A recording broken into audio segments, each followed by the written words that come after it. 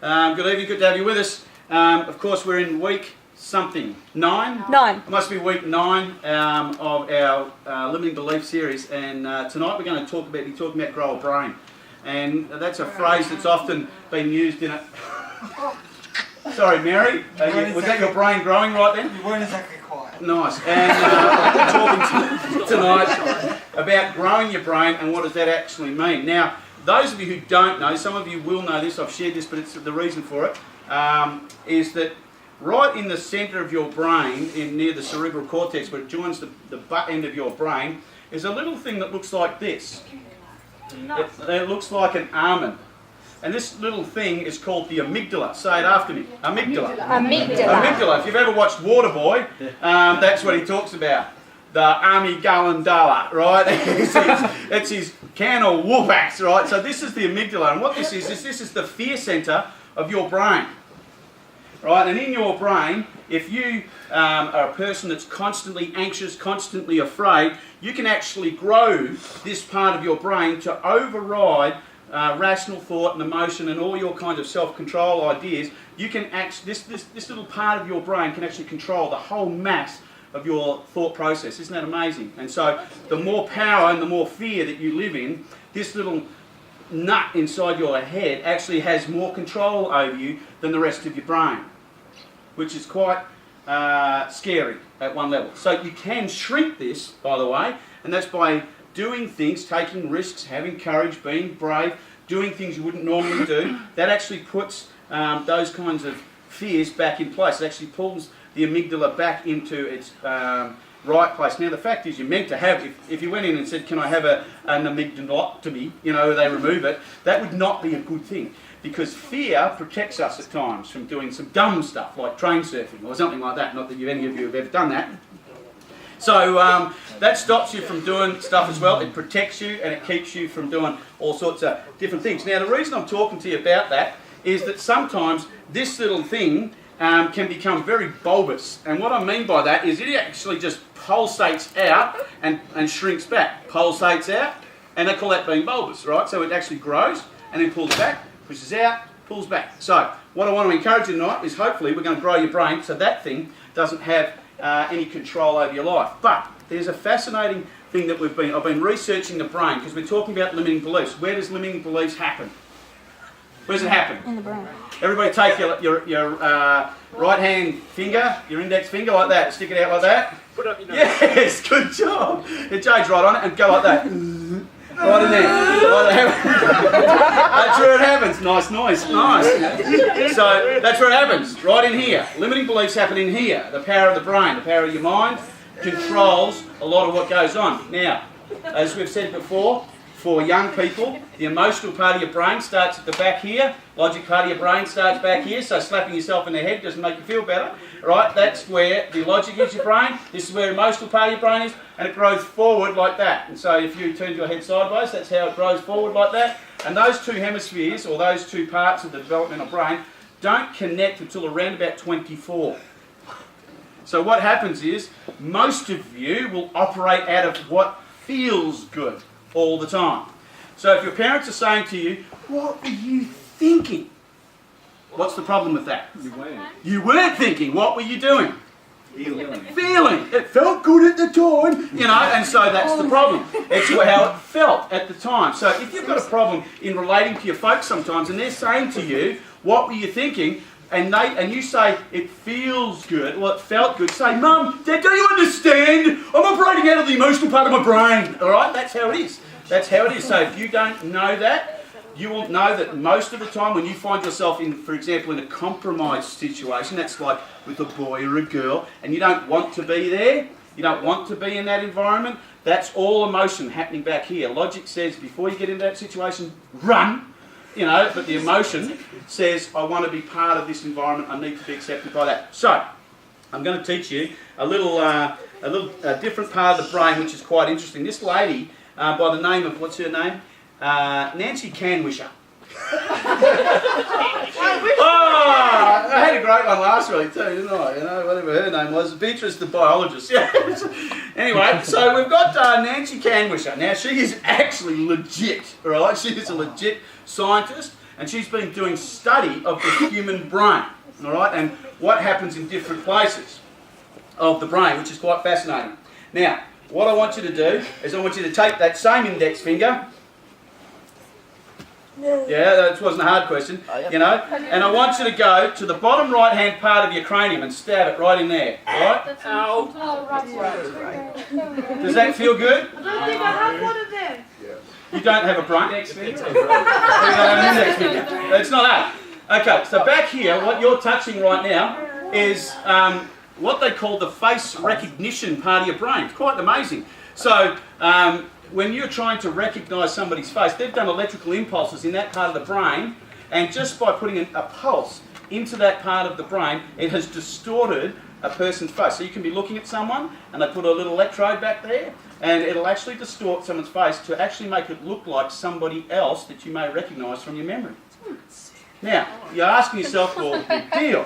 What's the point of that? Now, I want you to take your left-hand index finger, right? Yeah, that's on the opposite hand, your other right. Yeah, and I want you to take that and I want you to stab that in the left side of your skull. Now, Just hold your finger like this, whichever one makes it Ali is your left. now, as we're talking about limiting beliefs, this part of your brain is really tricky. This part of your brain is the part of your brain that, yeah, good, you got it. So, yeah, I haven't told you to remove it yet. I need you to push harder until your eyes start to roll back. No, I'm only joking. Right, that.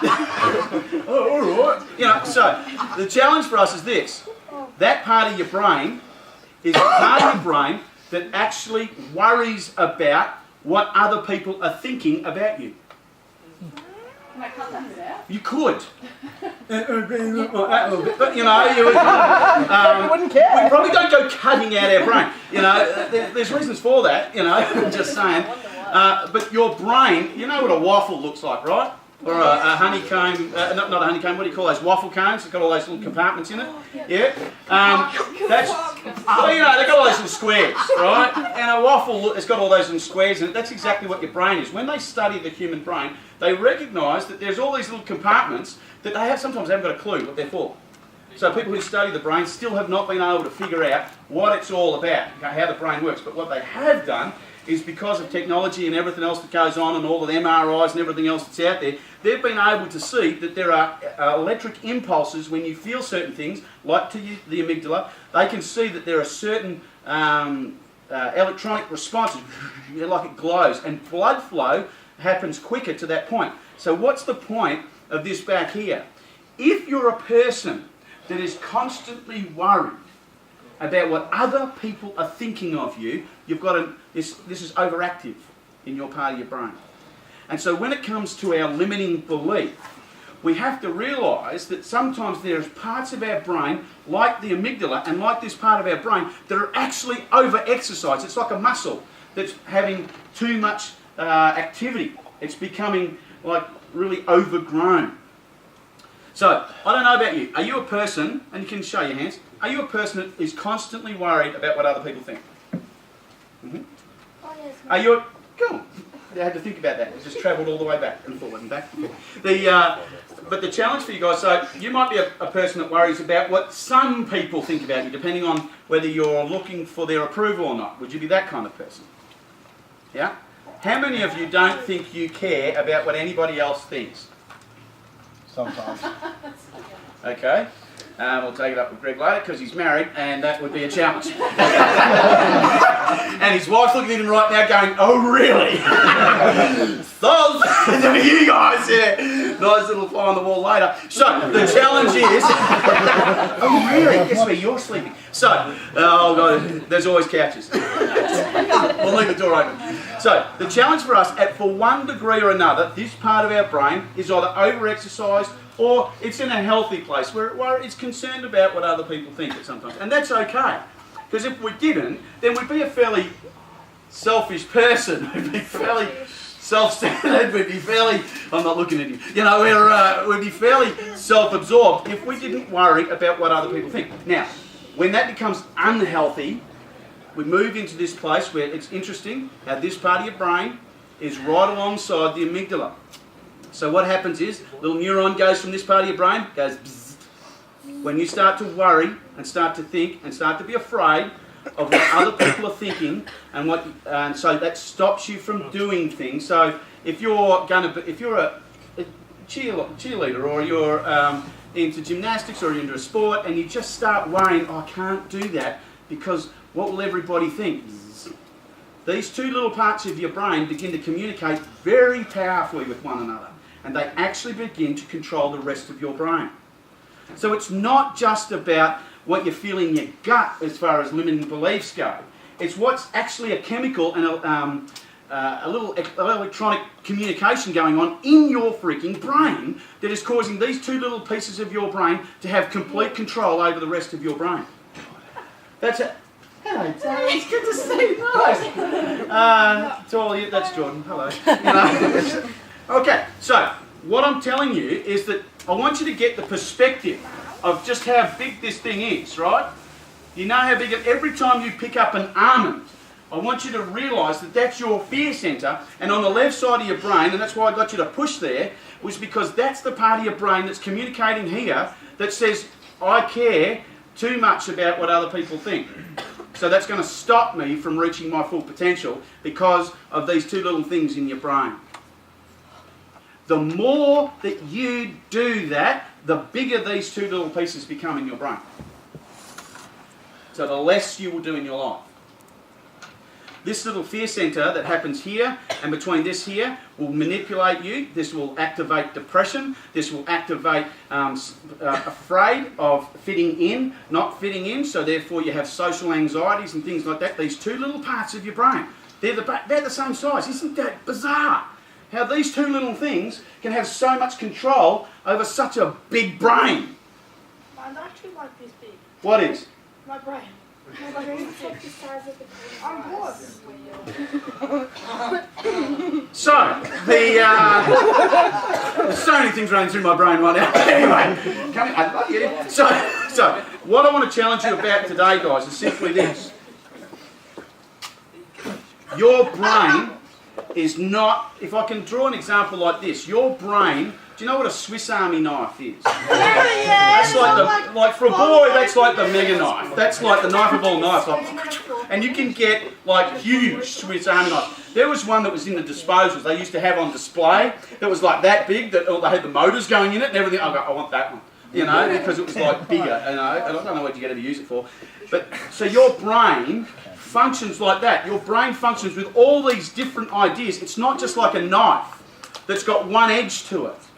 Your brain has the ability to have all these multi things going on all at the one time. And what I want to encourage you about today, before you go into your pack, is simply this. When you get into your pack tonight, into your group, I want you to talk about how the hell your brain is controlling so much of your life.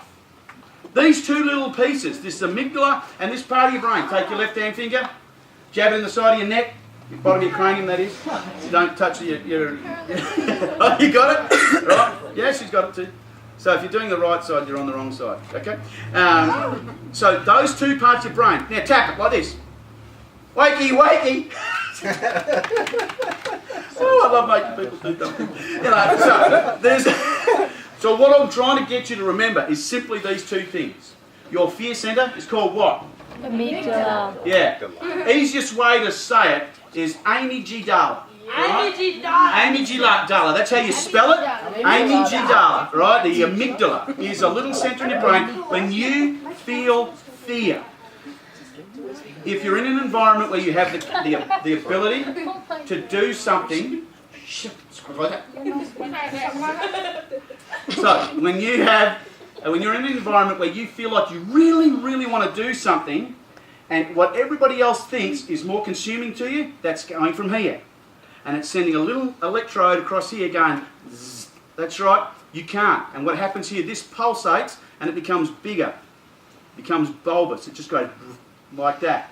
And so this part, you have to determine, only you have the power over this thing. Nobody else, not your parents, not your teachers, not your brothers, not your sisters, not your boss, not your girlfriend, not your boyfriend, not anybody has any power over this but you.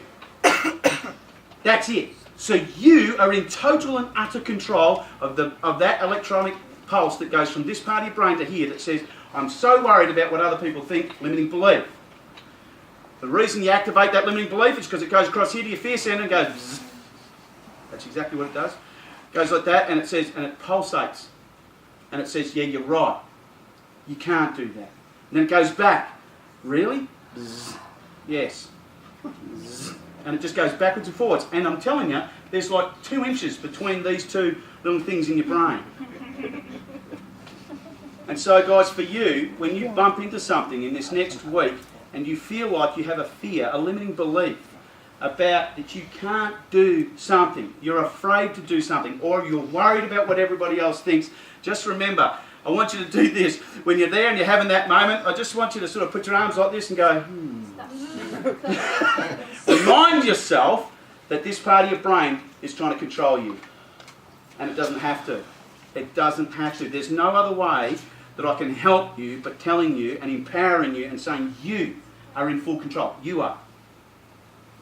Is that clear? What's this called again? Amygdala. Where's that little funny part of your brain that electrodes to this? Left side. Good job. Good job. That's our limiting beliefs. Good job.